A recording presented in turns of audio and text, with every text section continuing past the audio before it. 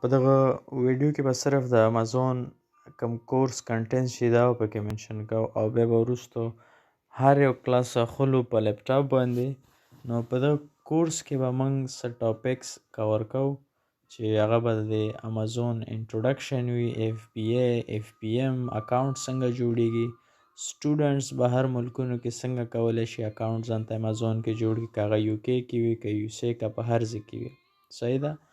او په هوم کنټري کې دې چې وي نو دغه هر څه په دې کورس کې به کور کیږي. مطلب پرایویټ لیبلینګ څنګه کیږي، جنریک څنګه کیږي، FBM په دې هر څه هول سیل وغیرہ، او پیټنټس به څنګه معلومه، ډراپ شپینګ به څنګه کیږي، سپلایر سره به کانټیکټ څنګه کوي، او پروډکټ هانټینګ به څنګه کوي، کم ټرینډینګ پروډکټس دي هغه به ته څنګه پیدا کوي، ریټرن کوي به څنګه، FBA دغه خپل ګټه تاوان دا به څنګه معلومه چې زه په پروډکټ کې څومره روپۍ ګټم، کم پروډکټس به زر وځي کم به نه وځي، په سپلایر سره به خپل دغه پروډکټس چک کوي څنګه چې هغه صحیح جوړ تیار دی که نه دی تیار.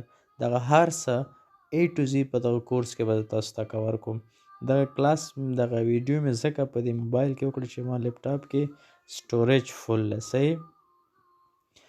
او دغه کورس د هغه کسانو لپاره چې مطلب څوک نشي کولی امازون کورسونه په آنلاین یا ټیچرانو سره واخلي، ځکه هر یو ټیچر یا انسټیټیوټ چې کوم دی په های لیول د پیسو ډیمانډ کوي. ما خپله په لندن کې ټریننګ کړی ده، نو دغه هر څه به تاسو ته فری میلاویږي.